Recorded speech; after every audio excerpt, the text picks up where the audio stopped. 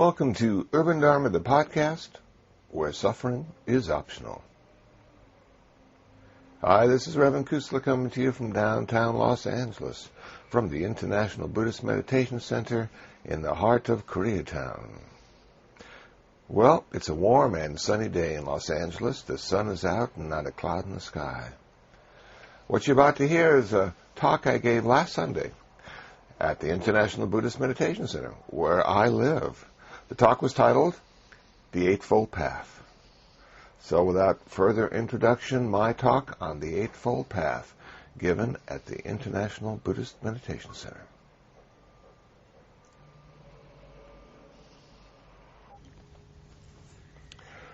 So the talk today is going to be on the Eightfold Path.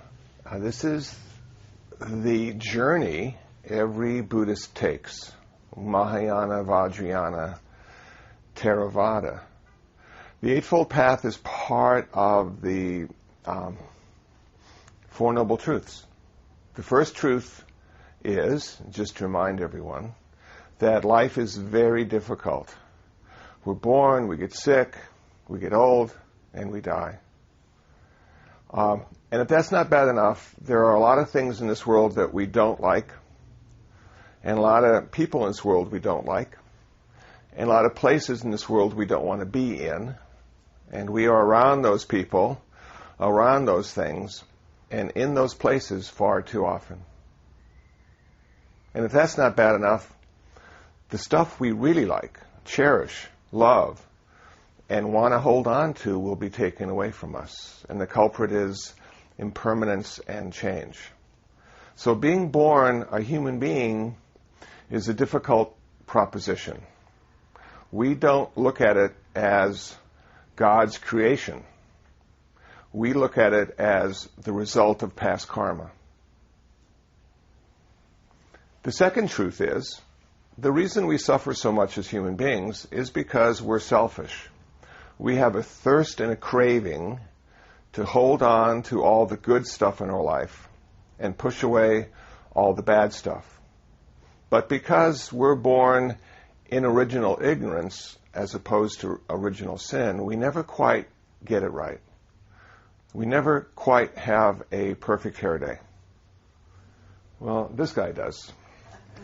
But for the rest of us, it's a challenge. The third truth is, there's an answer to this human suffering.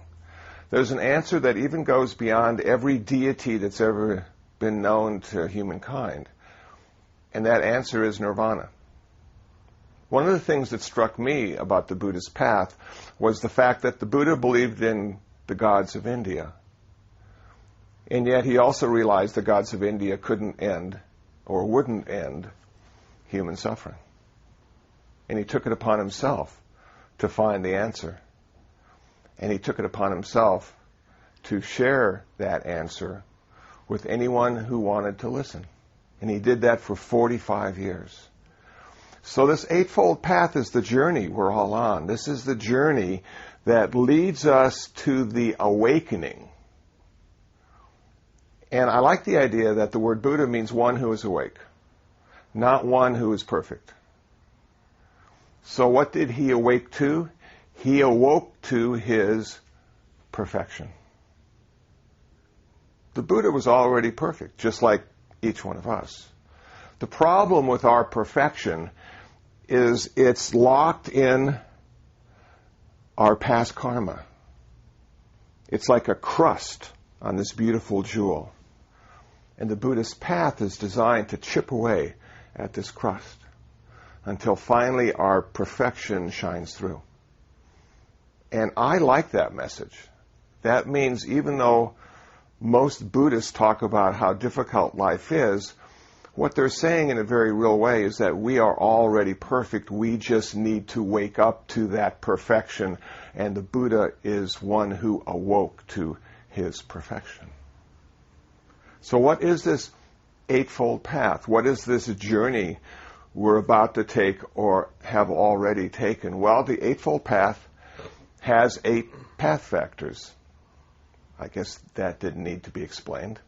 The 8 path factors are right view, right intention, right speech, right action, right livelihood, right effort, right mindfulness, and right concentration. We can take those 8 path factors and put them into 3 categories: personal discipline, mental purification, and wisdom. In the first category of personal discipline, we find 3 path factors: right speech, right action, and right livelihood. What I came to understand about the Eightfold Path was this: it's really designed to change our karma. Karma is everything we think. Karma is everything we say. Karma is everything we do. The first part of the Eightfold Path, personal discipline, deals with our speech karma and our action karma. So, what do we need to become aware of when we speak? We need to become aware of the fact that we may be speaking unskillfully and creating consequences in our future. The Buddha said, try not to speak in a harsh way, in a false way, in a malicious way. Try not to get involved with idle chatter or gossip. Those 4 kinds of speech lead to more suffering in the world. Those 4 kinds of speech could then be classified as unskillful because they don't lead to less suffering. The Buddha said there are 3 kinds of action that seem to lead to more suffering rather than less. They are taking a life, taking what is not given, and sexual misconduct. Taking a life is probably obvious to all of us, that if we take another's life, especially a human life, we're preventing them from achieving their full perfection in this lifetime. And it's hard to say how many more lifetimes it will take until they're reborn again as a human being and have the chance to come into the teachings of the Buddha and achieve their perfection and end their suffering, end their karma, and end all future rebirths. So taking a human life creates an awful lot of suffering for the person whose life is being taken, but also for the person who's taking the life. But we can go even further than that and say every creature on this earth, for whatever reason, doesn't want to leave. And you would think if they were logical, if those cockroaches knew what we knew, they'd probably all commit suicide. Why would they want to live? And yet, if you happen upon a cockroach in a dimly lit kitchen, they run because they know you're about to take their life. So we can start with human beings and say, today I am not going to take any human life, and walk out this Zendo door, and most of us will succeed. And when we get really good at not taking a human life, we can then say, I'm going to challenge myself today to not kill any lions and tigers and bears. And most of us can walk out that front door and succeed at that as well. But the real challenge arises when we say to ourselves, today I'm not killing any ants, flies, or mosquitoes. And how difficult is that?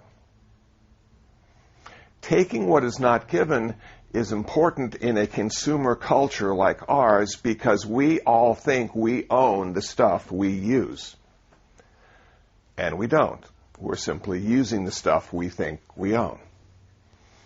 But if somebody takes the stuff we think we own and are really just using, it causes us to feel uncomfortable. It causes us to feel that our boundaries have been violated. That someone doesn't appreciate the fact that we own it, and they don't. Now, to give you a real-life example, a few months ago, I found myself at El Pollo Loco on the corner. It was a hot day. I had been putting off my lunch until later in the afternoon. I had a few things I wanted to finish, and I was hungry.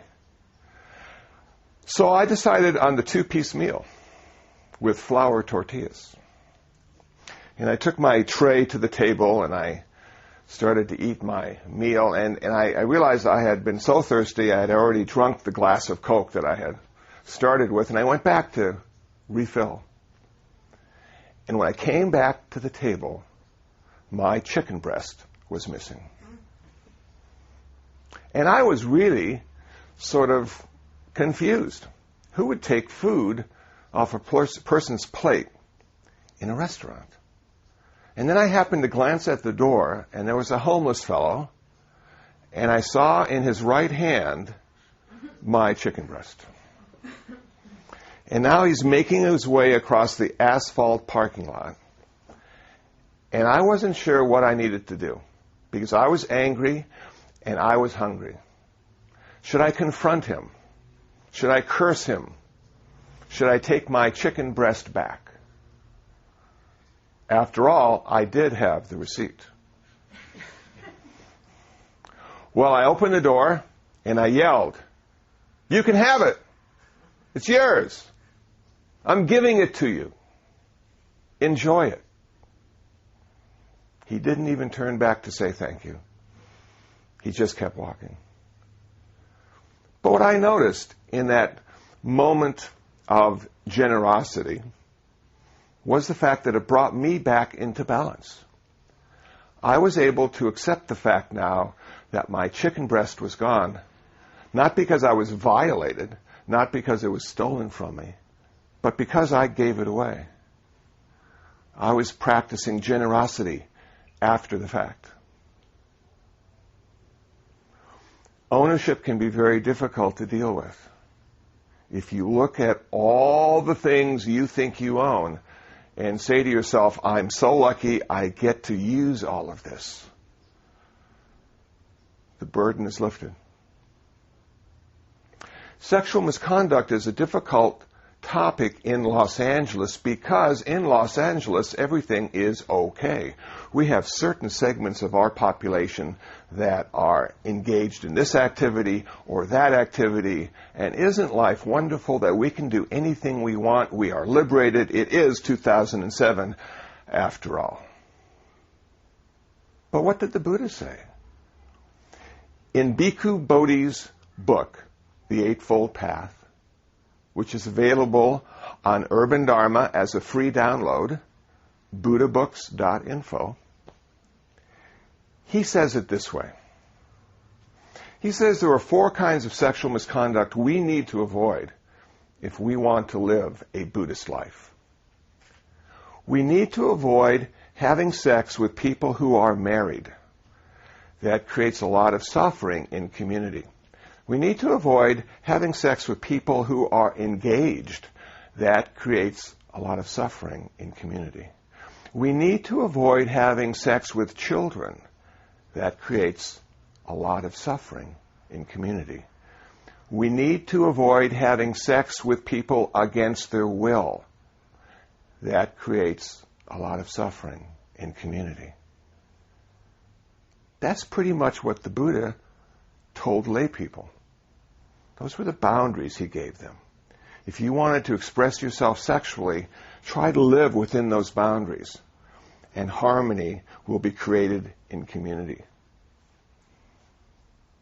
Right livelihood is a difficult call for some Buddhists because they think simplicity is the ideal, and I would have to say they are absolutely correct.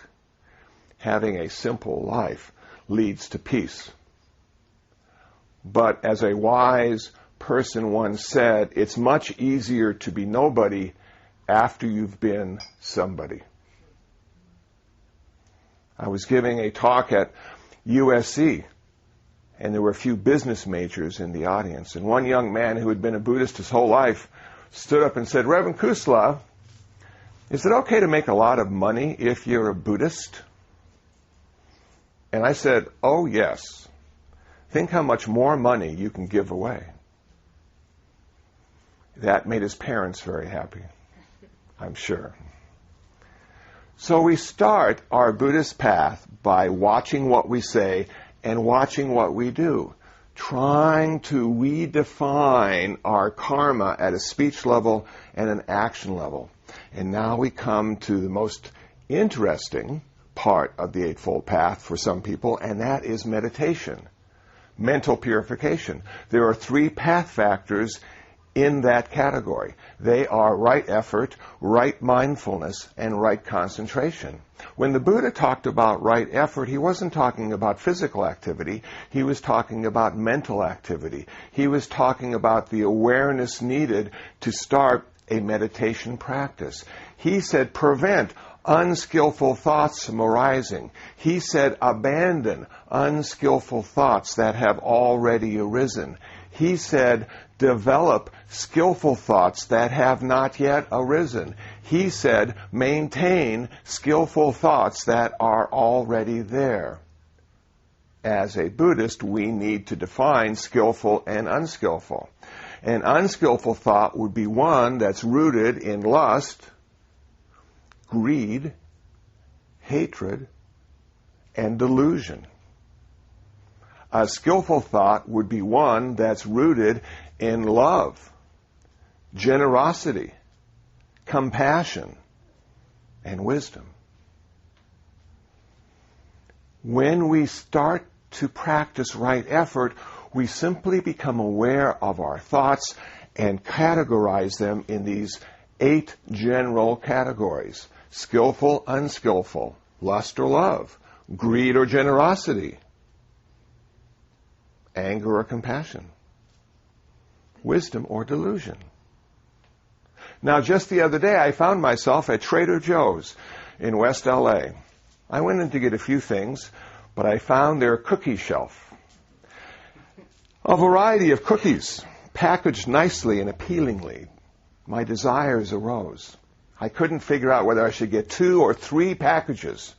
After all, I had a long week ahead of me. And when I reflected on that thought, I realized it was based in greed. That I was actually going to thinking about buying 3 packages of cookies just for myself and a half gallon of milk.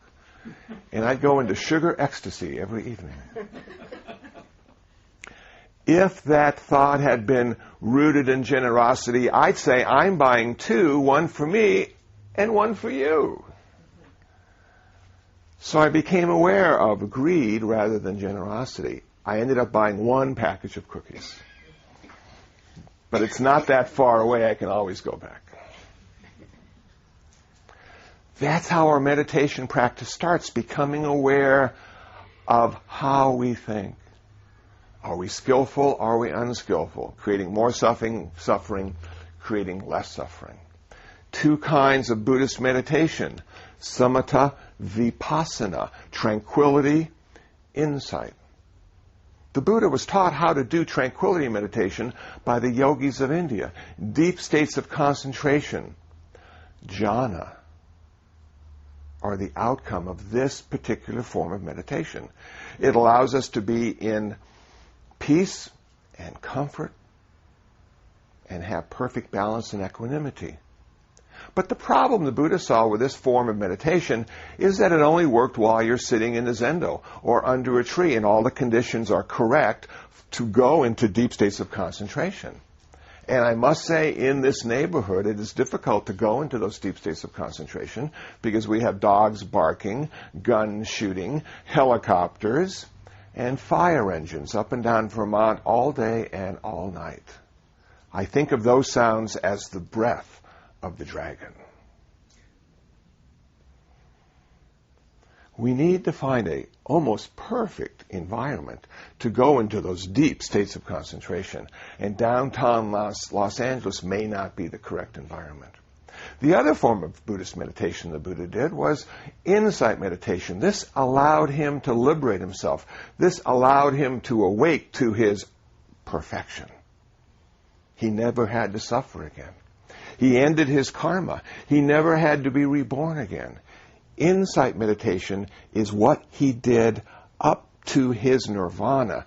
But interestingly enough, I think he continued to practice jhanic meditation, concentration meditation, until his last breath.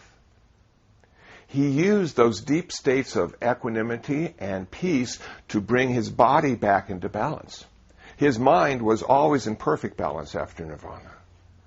But his body was rooted in samsara, just like our bodies are. Now, we can go to the local drugstore and purchase a variety of medications to bring our body back into balance. But back in his time, he had urine and spices. I'm thinking, give me the disease I don't want to cure. He was able to bring his body back into balance through deep levels of concentration, through deep levels of jhana. In fact, in the Parinibbana Sutta, it said he went into the fourth jhana and then passed away. So those two forms of meditation work together. One isn't better, one isn't worse, they're simply different, but they work together. The Buddha did both. And finally, we come to the wisdom aspects of the Eightfold Path. And if you were here last week, you heard one interpretation of Buddhist wisdom.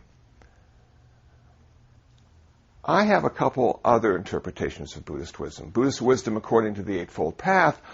But one of my favorite models of Buddhist wisdom is the Heart Sutra. The wisdom of emptiness. What a profound document that is. And how short and easy to memorize. And it has the entire wisdom category located in its heart, which I suppose is why they call it the Heart Sutra. But the wisdom of the Eightfold Path is a bit different. The wisdom of the Eightfold Path is the fruition of the first 6 path factors. When you have walked and journeyed and practiced and used those 6 path factors, the wisdom aspects arise. Right view and right intention are the 2 path factors in the wisdom category. Right view is understanding the 4 noble truths at a relative and ultimate level. It's understanding the 4 noble truths at an intellectual level and a heart level, at a mundane level and a supramundane level. No faith required here. You have confidence. You have proved to yourself that the Eightfold Path and the teachings of the Buddha are true. They become true to you. And finally, we have right intention. The intention of generosity, the intention of compassion, the intention of loving kindness. From that point on, everything you say and everything you do is directed by those 3 intentions. And your speech and action manifest skillfully in the world, and everyone around you benefits from your practice of the Eightfold Path. And you have changed yourself forever, never to go back again into that lust and greed and hatred and delusion. You have become a free human being. And I know most human beings do not want to become free. There are 600 million charge cards being used in America. And we don't even have that many people. So freedom is not high in the list for Americans. But if you're a Buddhist, it's the end result. Thank you for listening today. And as I was speaking, the sun came out, and it was a glorious day, and isn't life wonderful? Does anybody have any questions? Quickly? Or slowly? Before we get on to our chanting? Yes. What type of practice would be considered insight meditation? Okay, good question. What kind of practice would be considered insight meditation? Mindfulness of the body. Mindfulness of sensations, mindfulness of the mind, mindfulness of mental objects. Those are the 4 kinds of insight practice or mindfulness meditation found in that category. They are designed to lead us to the 3 aspects of Buddhist wisdom found in insight meditation. Those three aspects are suffering, unsatisfactoriness, impermanence, change and flux, and not self. Through insight meditation, you come to a direct realization of the unsatisfactoriness of your life because of the change and flux in your life, and you also come to the realization that you are not the person you think you are. That, in fact, when you look deeply and carefully, you find process rather than event. Did that help? Okay, thanks. Do you have a question? No? Okay. Anybody else? Good. Well, thank you. Thanks for listening. Well, that's it. That was my talk on the Eightfold Path, given at the International Buddhist Meditation Center at the Sunday service. Hope you found it interesting. Hope you found it useful. If you'd like to know more about me, please visit kusala.info, Kusala.info. If you'd like to know more about the International Buddhist Meditation Center, please visit ibmc.info, ibmc.info. If you'd like to hear more podcasts or talks that I've given, please visit dharmatalks.info. That's dharmatalks.info. If you'd like to download some free ebooks on Buddhism, please visit buddhabooks.info. That's buddhabooks.info. And last but not least, if you'd like to email me, my email address is kusala@urbandharma.org. And I'll get back with you just as soon as I can. Well, until the next time, until the next podcast, be happy, be peaceful, and most of all, be free from suffering.